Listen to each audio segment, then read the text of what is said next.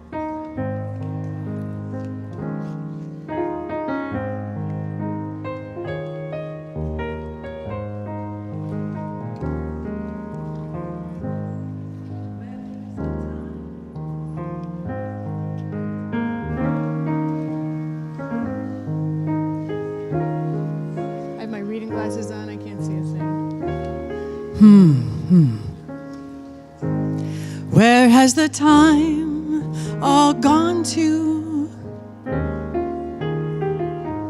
Haven't done half the things we want to.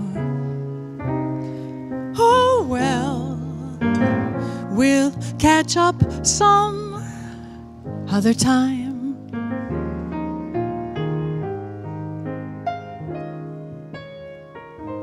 This day was just a token.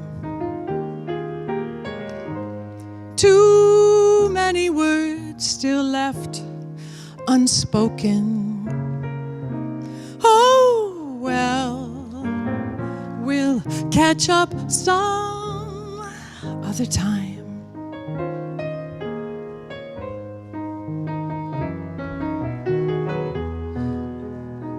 Just when the fun is starting, comes the time for parting. But let's be glad for what we've had and what's to come. There's so much more embracing still to be done, but time is racing. Oh well, we'll catch up some other time.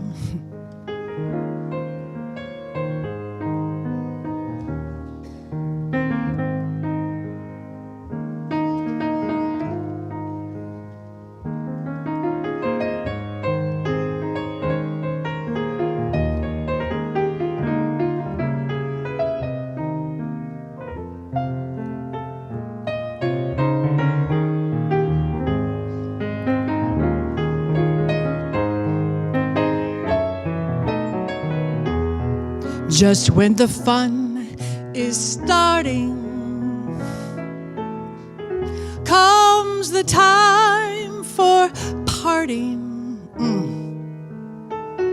But let's be glad for what we've had and what's to come. There's so much more embracing still to be done, but time is racing. Oh well, we'll catch up some other time.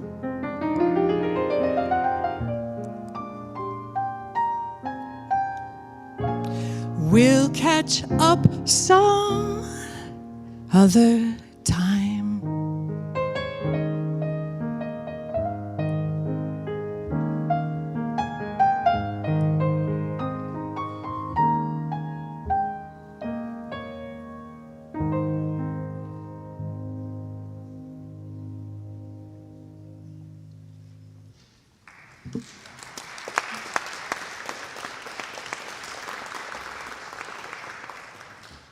Thank you, Robin.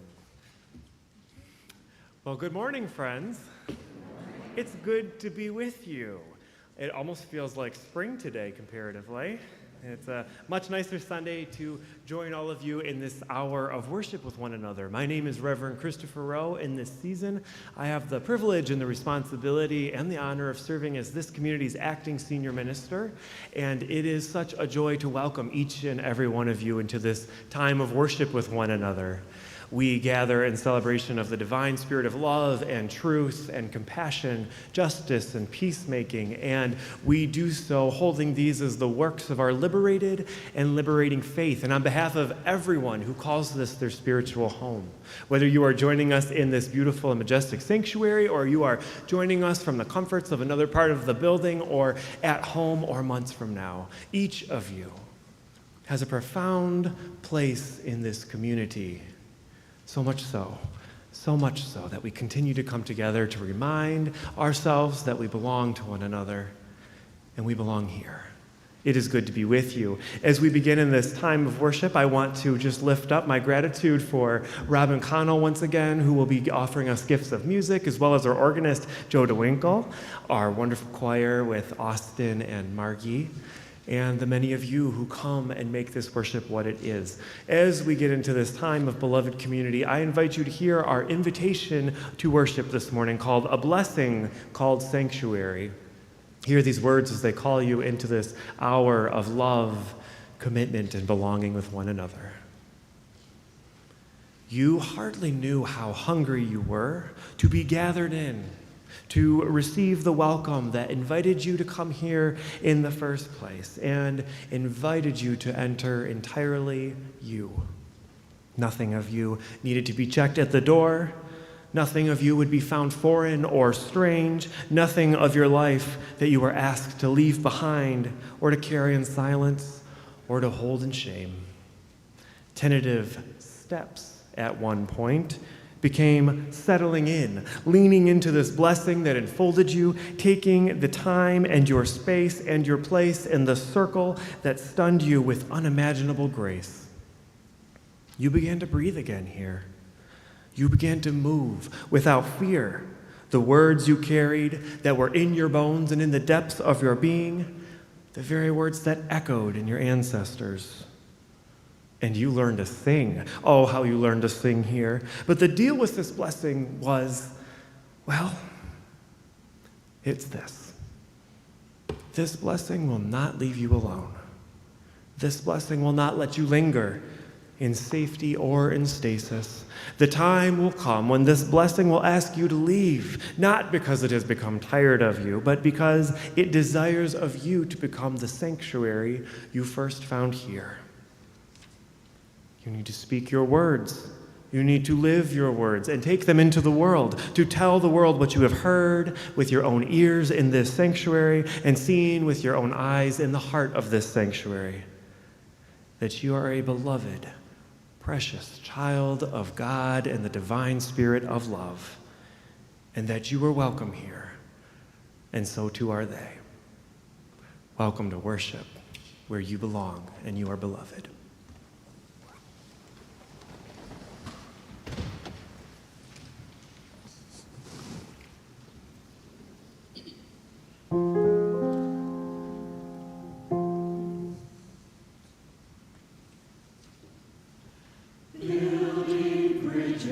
Between our divisions, I reach out to you, will you reach out to me? With all of our voices and all of our visions, friends, we could make such sweet harmony. Building bridges between our divisions, I reach out to you, will you reach out to me?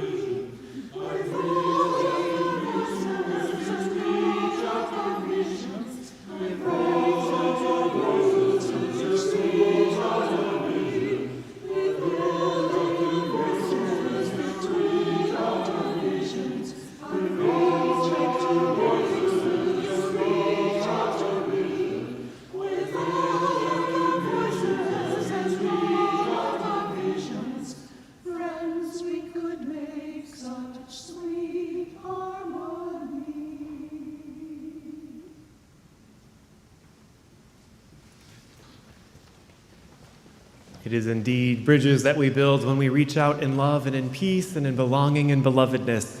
And so we come to that time of our service where we quite physically and literally reach out to one another and welcome one another in the spirit of love. The peace of love is with you, my friends. Please turn to one another in that spirit. You'll be called back by the hymn.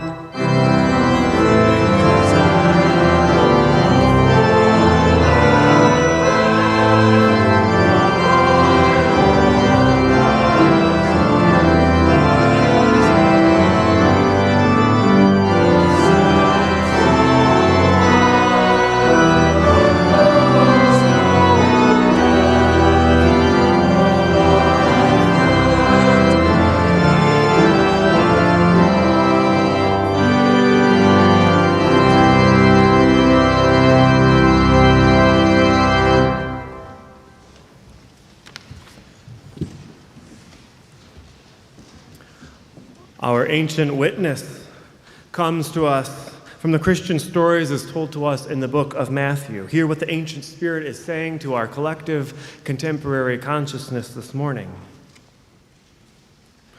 Jesus said, "You are the salt of the earth, but if salt has lost its taste, how can its saltiness be restored? It is no longer good for anything, but is thrown out and trampled underfoot. You are the light of the world. A city built on a hill cannot be hid. No one, after lighting a lamp, puts it under a bushel basket, but on the lampstand, and it gives light to all in the house. In the same way, let your light shine before others so that they may see your good works and give glory to your God." Our contemporary witnesses this morning come to us in a tableau of perspectives on the power of beloved community. Hear what the spirit of our contemporary voices say to us this morning. From George Bernard Shaw, "I am of the opinion that my life belongs to the whole community, and as long as I live, it is my privilege to do whatever I can.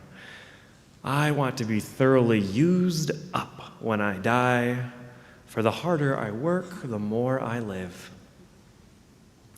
From Margaret Williamson, "In every community, there is work to be done. In every nation, there are wounds to heal.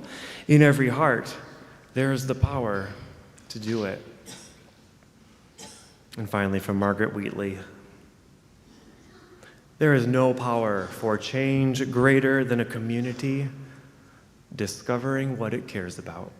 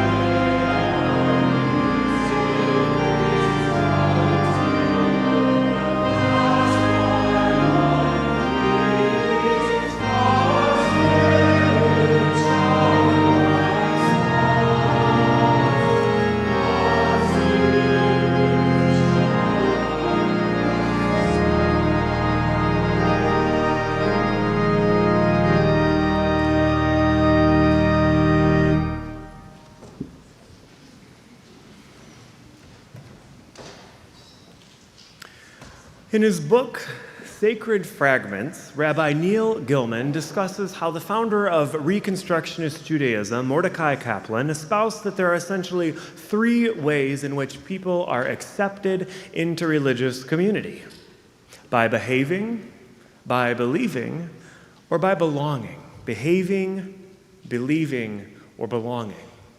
In his theory of religious involvement, Kaplan suggests that we as individuals come into spiritual community through one of these modalities, and that communities of faith are actually held together around them.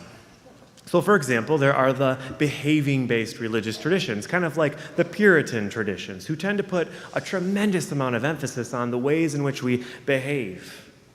These are spiritual pathways and religious communities where the theology and practice are rooted in behavior as a source of their identity and their acceptance. So on the more restrictive end of things, you might imagine behaving being concerned with purity, chastity, sobriety, abstinence. But on the more progressive end, the ways in which our behavior shape our world. Behavior-based religions differentiate from all of the others in their groundedness on behavior as a means for motivation, salvation, inclusion, and being accepted by the broader community. So then, of course, there are the believing religions, which might be best categorized or recognized by their use of dogma and creed, such as creedal Christianity, in which the defining characteristics involves an adherence to a specific creed, a defining doctrine, or some kind of profession or statement of faith. You might think of Roman Catholicism or the Christian Reformed Church or even Islam. But I want to pause here for a moment because I think a lot of Fountain Streeters think that we don't really relate to belief-based religious identities. I think a lot of us assume that because we don't have an ancient creed or a contemporary doctrine that we aren't a belief-based spirituality. But in fact, Rabbi Kaplan suggests that belief goes as far as to describe how we connect, how we gather, and how we coalesce as a community, as a means of acceptance. From ideological perspectives like we believe that Black Lives Matter, or love is love, or human rights are women's rights, to practical perspectives like we believe that church is something that happens at 11 a.m. in a beautiful sanctuary with inspiring readings and good music and, of course, an intellectually stimulating sermon. I didn't say you're getting them. If behaving-based religious traditions are united in behavior as their avenue for being accepted, belief-based are united in the beliefs you must believe as a pathway to being accepted in the community. So we have behaving-based and belief-based, which of course leaves belonging religions in which radical inclusion and beloved community are emphasized over both deeds and creeds and the ways in which we live them out. In these manifestations of community inclusion, acceptance, and belonging are assumed as gratuitous, requiring no adherence to a specific behavior or espoused beliefs. I would imagine that each and every one of you has experienced this in some form in your lifetime. And I would also be willing to suggest that most of us have experienced them in a specific sequence that's found throughout North American religion. American historian and religious studies professor Diana Butler Bass suggests that there actually is a predominant sequence in America for how people both pursue religious community but also are welcomed into religious community throughout the better part of the 20th century. And it begins with belief. It begins with the doctrines we learn, the creeds we recite, and the statements of faith that we profess and that we put our trust in. This is the traditional starting point for coming into a religious life in this country. From there, Bass suggests that we learn how to behave. We are taught how to live out our beliefs and how to behave accordingly. Everything from when we stand to where we kneel and how we sit and worship to how we live out our beliefs in the world beyond these walls. Whether or not we can drink alcohol, whether or not we can serve our neighbor as ourselves, whether or not to dance or swim or mow our lawns on Sunday or participate in the devil's holiday known as Halloween. And in learning how to live out our beliefs in the form of our behavior, Bass suggests that ultimately we finally can belong. We are accepted and we belong. We become part of the tribe. We're welcomed into the family of faith, and we find our place in the universe in the form of belonging to a spiritual community. Does that sequence feel familiar to any of you?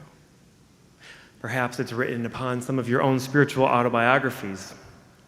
We behave, after we learn what we're taught to believe, and only then can we finally belong. But I find myself this morning in the company of clergy, sociologists, and historians who believe that we are actually in the midst of a cataclysmic revolution within and beyond the walls of organized religion. How lucky for us. I believe that much like the ancient stories that are first told to us in the Bible and then lived out for the past 2,000 years, religion is coming around yet again into a space and a place more congruent with the founding communities, including the very early church from which our church is a direct descendant. I believe that, like Diana Butler Bass and Rabbi Gilman and many others, the church that we occupy and the church we know is cycling around yet again towards its authentic, organic, and messy roots, in which it is not belief, but rather belonging, which is the entry point into community. I believe that, like the early church, the church in North America, and even this church that we share, is going on an unavoidable trajectory towards a belonging-based identity, in which it is not a set of beliefs or even a set of behaviors that will bring people into community, but rather their thirst and their longing for belonging. A desire for beloved community, a thirst to be known, to be loved, and to belong. A way of organizing the world and spiritual community that is more in step with the ways that are imagined throughout the world's religious traditions and their sacred texts. We actually saw a bit of this lived out in the ancient witness this morning, a passage probably familiar to many of us, but not often revisited from this pulpit. You are the salt of the earth, and you are the light of the world. What a proclamation from the provocateur of the revolution himself. This sequence and this scene comes to us immediately following the delivery of the Beatitudes, considered Jesus' first sermon, a blueprint for a revolution and a manifesto for how the world could be and should be restored. And we need to keep in mind that what Jesus is espousing here is highly controversial and flies in the face of every ways in which the religious and political world of his time had been ordered and organized. He is essentially calling on his people to prioritize belonging as the key identifier in the revolutionary movement, rather than belief or behavior. In a world that was organized in a top-down, power-over way, with systematic oppression and purity laws and institutionalized exploitation, Jesus is literally standing here saying it's not belief or behavior that legitimizes your worth before your God, because it is your authentic, truest self that is already enough as it is to be accepted and beloved and to belong in this world. And we've talked about this before. We've talked about this paradigm shift. Throughout Advent, which we just came out of, we were reminded of the ways in which the world was being turned upside down on its head, and the ways in which faith and hope and love and joy and peace were the tools being used against the ancient world, up and against tyranny and oppression. From the ancient prophets to the early birth narratives, we have been given glimpses for a new way of being, a new world in which all might know the fullness of their humanity and the fullness of being alive. And so then here we have Jesus standing here saying, with his blessings and with his proclamation, that we are already enough as we are to belong in beloved community without condition, without belief, or without specific behavior. As you are, he's saying, you are the salt of the earth, a profoundly rich mineral which has the power to cleanse, to heal, and to restore, and a reminder of our kinship with the earth itself. And as you are the light of the world. A profound and prolific reminder that the spirit of love is already within us, and it has the power to illuminate the darkest corners of the universe with compassion, justice, and peace, the very places where our love is needed most.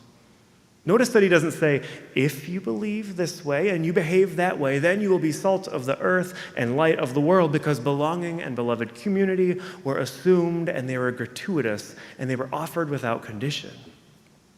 And some of you might recall, if you have read the Bible at all, which I know is questionable here, but you might recall that we see this lived out yet again later in the Christian narrative as the early church became more fractured and more dysfunctional. They're fighting over issues of belief and behavior, disagreeing over who was going to be in, who was going to be out, who does belong, who doesn't, what it's really supposed to look like, what the core of the church's identity is supposed to look like, and who's going to call those shots. But what did Paul say? What did Paul say? Faith, hope, and love. And which of these is greatest? It wasn't the one grounded in belief or behavior.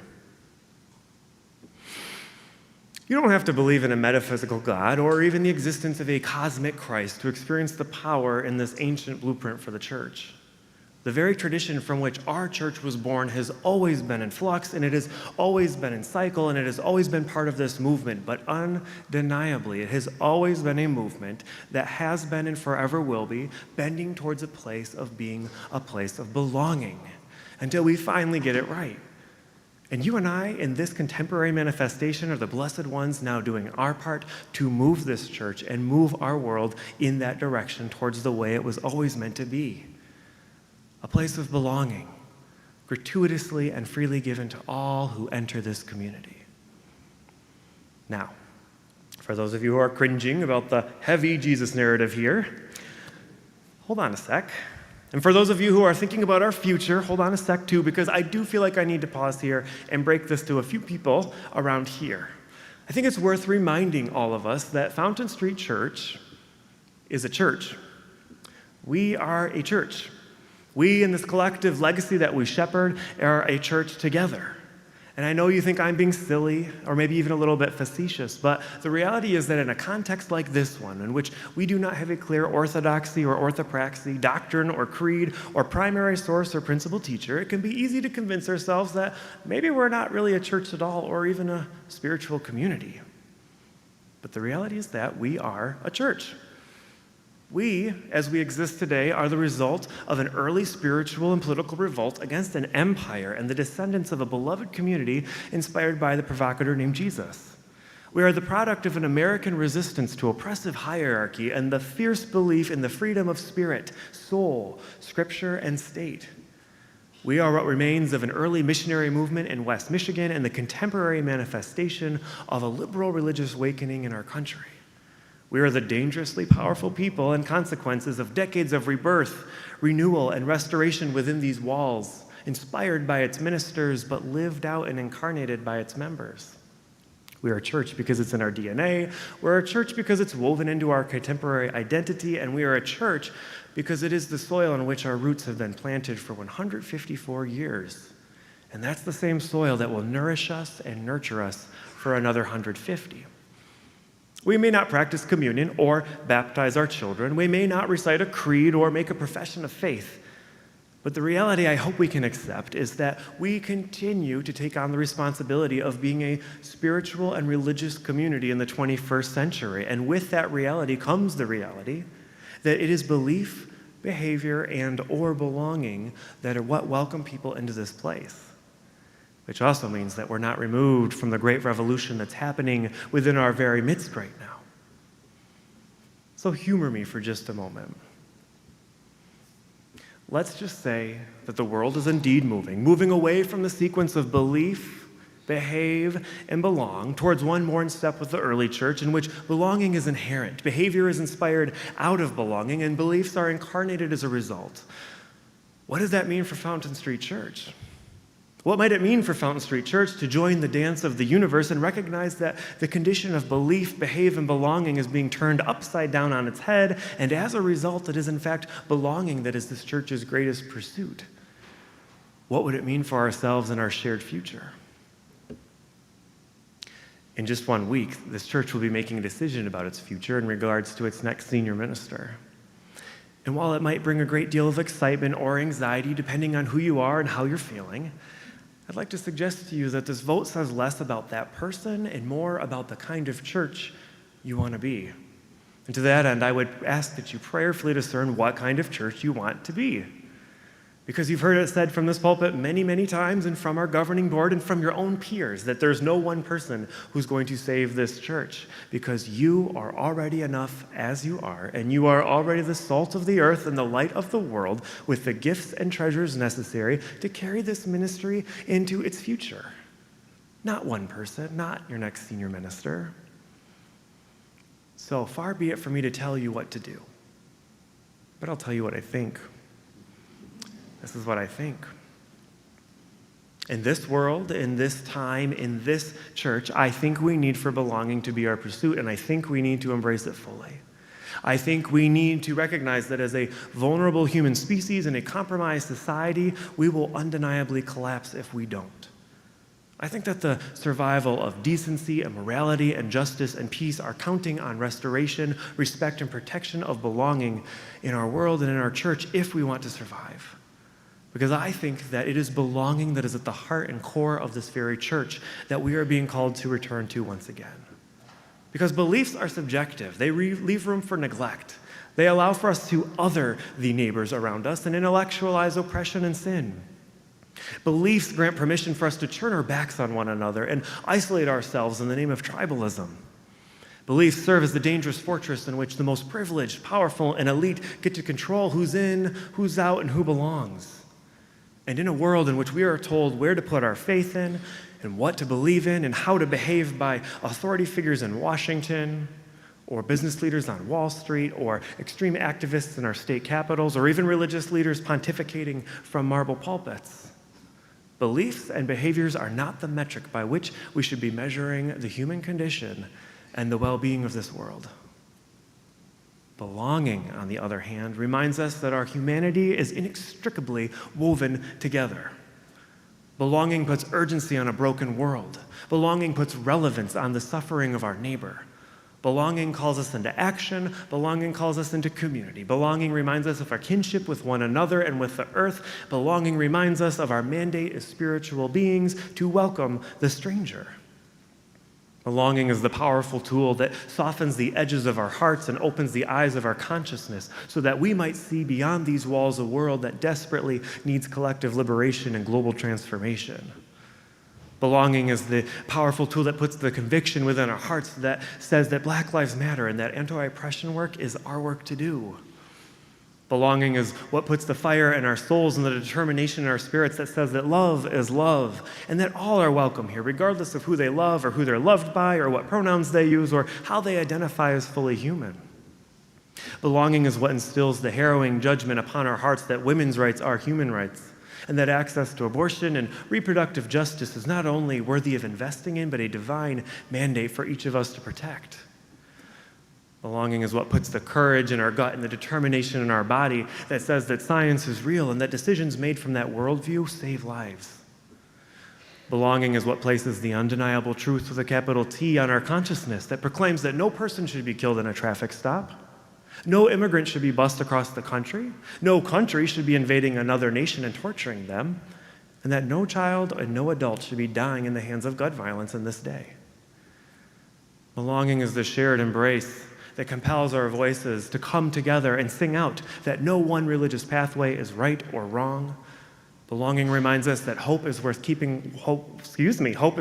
alive, and belonging is the gentle reminder that this church that we share is worthy of reinvesting in, reimagining, and reincarnating again and again and again and again, even when we don't know what that future might look like.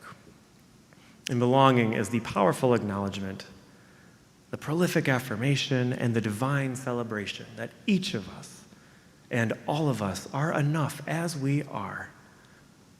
We are all enough as we are, and we are the salt of the earth and the light of the world as we are, to take this church into a future we may not know yet. Because, friends, the sooner we can accept that, the sooner we can open the doors wider than we imagined, the sooner we can build tables longer than we imagined, and the sooner we can truly become the church we have been moving towards for centuries now. One in which all belong, and we are truly a cathedral of love, a temple of peace, and a place of belonging. May it be so. May you know you belong.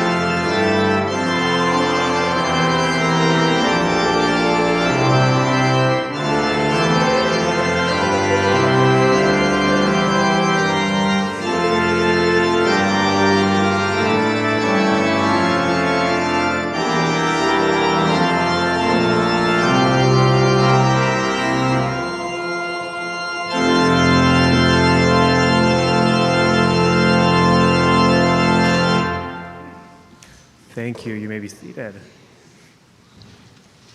There are many ways in which this church embodies and practices this belief that belonging is our virtue. One of the ways is through the weekly gathering of our offering.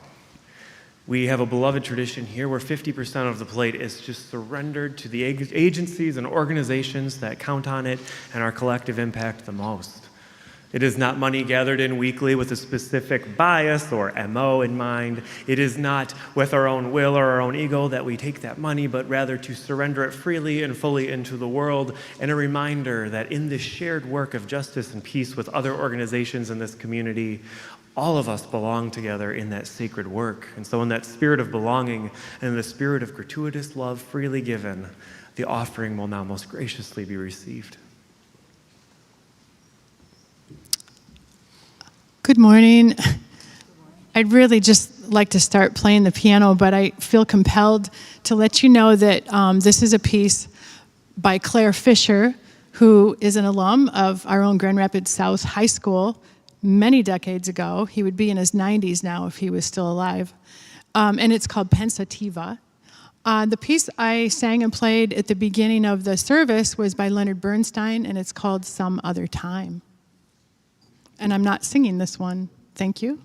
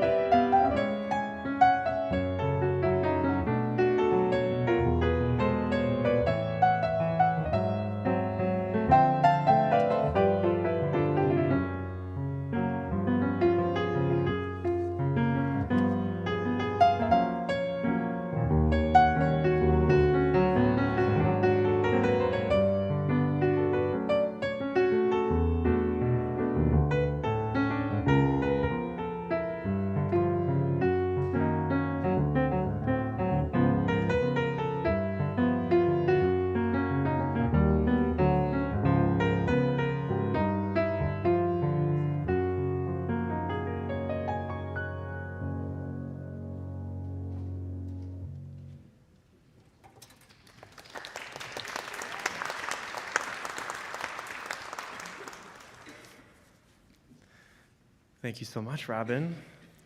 Friends, we have quite a few announcements this week before you depart.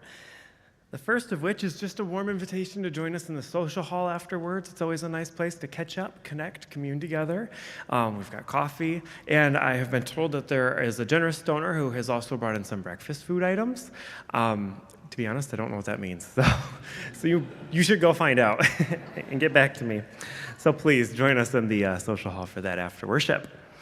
Additionally, at 1 p.m., we'll have another one of the social justice film series films. It's Hidden Figures, a wonderful film. If you haven't seen it before, it would be wonderful to see it for the first time. And if you have, I enjoy revisiting that one. So please go enjoy this. We'll have popcorn and a wonderful film as we continue through Black History Month.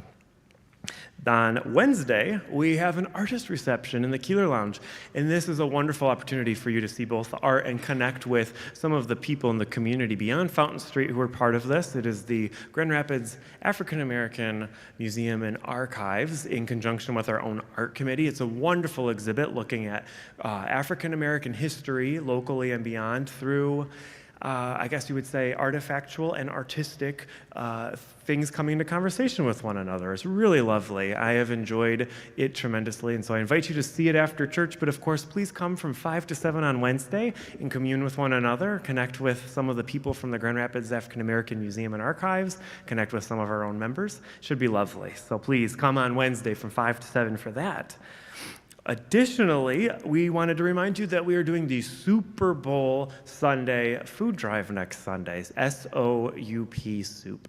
This is for Westminster Food Pantry, and we will be collecting soups, of course, boxed and canned, but also any non-perishable items or donation checks that are made out to the Westminster Food Pantry. And just a little plug here, I was at a meeting with my clergy colleagues downtown last Thursday, and it was brought to my attention that both the food pantry and our Breakfast Cafe program over at St. Mark's Episcopal Church have lost a little bit of funding this year. They just had both found out on Wednesday. And so both could use our support financially and logistically, but also this is just a wonderful opportunity to remember that on a day of a lot of gluttony for some people, it's always good to also put that gluttony into the world through this in-gathering. So please bring your non-perishables or donations for the Westminster Food Pantry next Sunday. Kathy Higgins will have her van out front and we'll be filling it up. Her son will be here to help with that. That should be wonderful.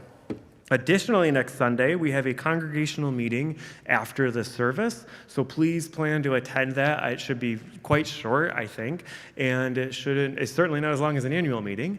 And then after that, we will have a potluck lunch. This is kind of in conjunction with the community life team and a little bit of a nuance for the Family Promise program we support, but this is just also an opportunity to come together in the doldrums of February and connect as a community and celebrate our belovedness and belongingness with one another. So there's a lot going on this week. Your Friday Flash is always a good place to look as well.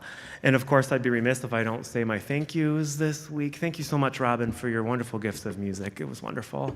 Thank you so much to Joe for doing our organ today. Thank you so much to Austin for directing our choir, and of course, Margie accompanying. And thank you to each and every one of you who continues to call this your spiritual home and join us in this messy and complicated work of being the church in the 21st century. As we depart this week, I have decided to make your blessing homework for you. You're going to bless yourselves. Friends, as you go forth this week, think about this idea of congregations and communities that are rooted in belief, behavior, and belonging. Notice I never said that one is better than the other, or one is a goal that we should pursue more than the other, or one is winning out over the other. These are three realities we live with, and we live within and among all three. But it's good to understand how they manifest in communities of faith, particularly at a time in history when, like I said, there's a revolution of the ways in which people are coming or are not coming to church anymore. And so, the first part of your homework assignment this week is to just reflect when you've got time on how you see belief, behavior, and belonging alive at Fountain Street Church. That's it. Think about the ways in which these things are lived out. And of course, think about the ways in which belonging can become one of our highest pursuits. And then, please, please, please go into this world knowing that you are the salt of the earth, regardless of your tradition or your worldview. Salt is a powerfully healing, cleansing, and purifying element of the earth, and you have the power and the potential to do all of those things.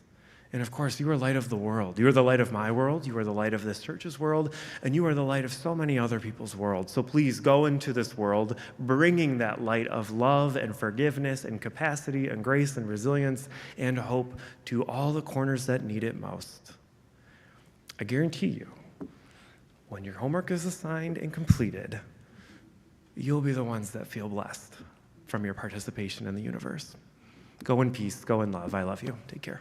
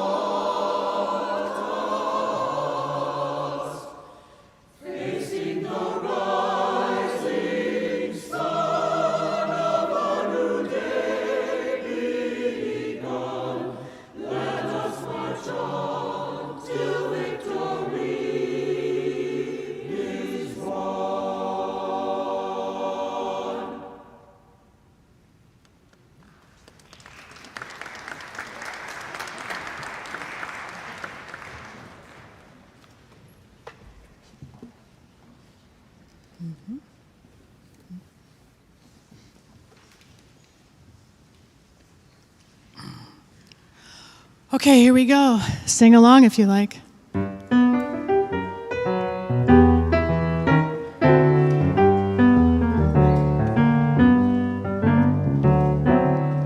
You've got a friend in me. You've got a friend in me. When the road is rough ahead and you're miles and miles from your warm bed, just remember what your old pal said. You belong to me. You belong to me.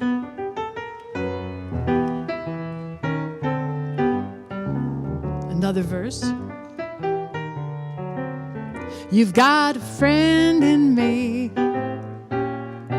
You've got a friend in me. When you've got troubles, I got them too, and there isn't anything I wouldn't do. If we stick together, we can see it through. You belong to me. You belong to me.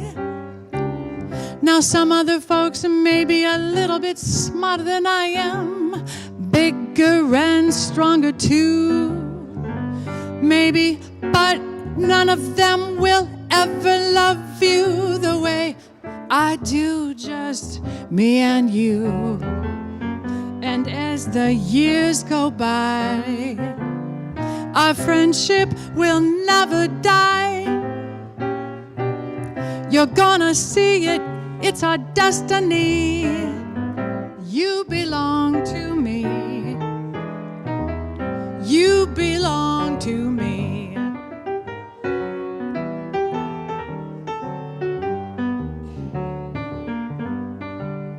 I took the liberty of writing another verse while I was listening to that sermon. Here we go.